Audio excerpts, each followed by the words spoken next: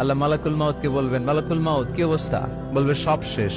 মাইয়াব্বা, কে বাকি? মালাকুল মাউত বলবে জিনেরা বাকি, যাদেরকে দেখা যায় না। আল্লাহ বলবেন জিনদেরকেও শেষ করে ফেলো, রুহু কবজ করো। মালাকুল মাউত আজরাইল জিনদের রুহু কবজ করবে। আল্লাহ এবার জিজ্ঞেস করবে, ইয়া মালাকাল মাউত আখবিরনি মাইয়াব্বা, এবার বলো আর কে বাকি? মালাকুল মাউত বলবে, আল্লাহ মানুষগুলো সব শেষ, জিনগুলাও শেষ, এবার বাকি ইবলিশ শয়তান। কে বাকি? ইবলিশরেও শেষ করো, ইবলিশও শেষ। আল্লাহ আবার জিজ্ঞেস করবেন, ইয়া মালাকাল মাউতি মাইয়াব্বা, আর কে বেঁচে আছে বলো?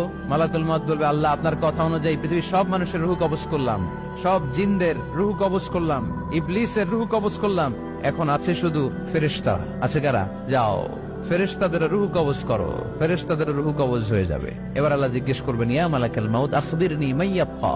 মালাকুল মাউত বলবে, আল্লাহ আপনার কথা মতো ধরে ধরে সব শেষ, ফেরেশতাও শেষ, 4 জন ছাড়া। কয়জন ছাড়া? জোরে বলেন, কয়জন ছাড়া?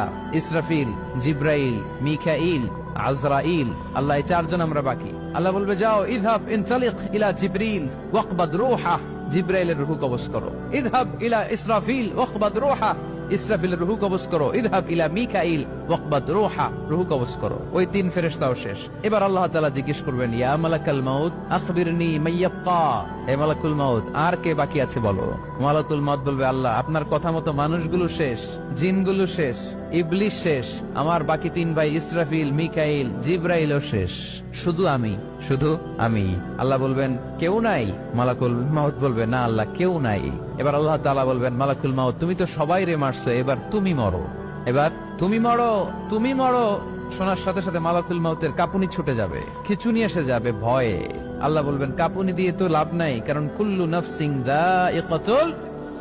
রব্বুল আলামিন বলবেন, মালাকুল মাউত কেঁদো না, এটাই দুনিয়ার বিধান, আমি আল্লাহর দেয়া বিধান, এটাই, জন্মালেই মরতে হয়। যাও, জান্নাত জাহান্নামের মাঝখানে একটা জায়গা আছে, জায়গাটার নাম হলো আরাফ। এই আরাফের মধ্যখানে যে দাঁড়াও, ওখানে যে মালাকুল মাউত কাঁপতে থাকবে। মালাকুল মাউত বলবে, আল্লাহ সৃষ্টির শুরুতে যদি জানতাম, সৃষ্টির শুরুতে যদি জানতাম সবাইকে মৃত্যুদান করার পরে, রুহু কবজ করার পরে আমাকেও মরতে হবে, তাহলে এই কঠিন দায়িত্বের ব্যাপারে আপনার কাছে ক্ষমা চাইতাম। আজকে আমারও যে ভাগ্য বরণ করে নিতে হবে সৃষ্টির শুরুতে, আমি এটা কল্পনাই করতে পারি নাই। আল্লাহ বলবেন, নো টক, মুত ইয়া মালাকাল মাউত, মর, মরে যা, মুত, মরে যাও। বলার সাথে সাথে মালাকুল মাউত এক বিকট চিৎকার হাঁকিয়ে মরে যাবে। মালাকুল মাউতের চিৎকারটা সেদিন এত ভয়ঙ্কর হবে, বিষ্ণু ঈসা ইসলাম বলেন, ওই চিৎকারের আওয়াজ যদি পৃথিবীর মানুষেরা কান দিয়ে শুনতে পেত, তাহলে কিয়ামত সংগঠিত হওয়ার জন্য আলাদা করে ইসরাফিলের সিঙ্গার প্রয়োজন হতো না। ওই চিৎকারের আওয়াজে প্রতিটা মানুষ কানের পর্দা ফেটে ওই জায়গায় লাশ হয়ে পড়ে যেত। এবার ডানে বায়ে সামনে পেছনে উপরে নিচে কেউ নাই, একজন ছাড়া। জোরে বলতে হবে, তিনি কে? আল্লাহ তখন পৃথিবীকে একটা ডাক দিবেন, বলবেন, ইয়া দুনিয়া আইনা আনহারুকি, এই পৃথিবী তোর নদীগুলো কোথায়? ইয়া দুনিয়া আইনা আশজারুকি, এই পৃথিবী তোর গাছগুলো কোথায়? বটতলা।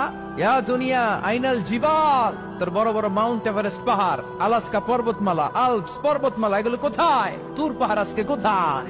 ইয়া দুনিয়া আইনাল মুলুক, রাজা বাদশারা কোথায়, যারা ক্ষমতার দাপটে পা জমিনে ফেলতে চাইতো না? আইনাল জাবাবেরা, অত্যাচারী স্বৈর শাসকগুলো আজকে কোথায়? কোথায় আজকে?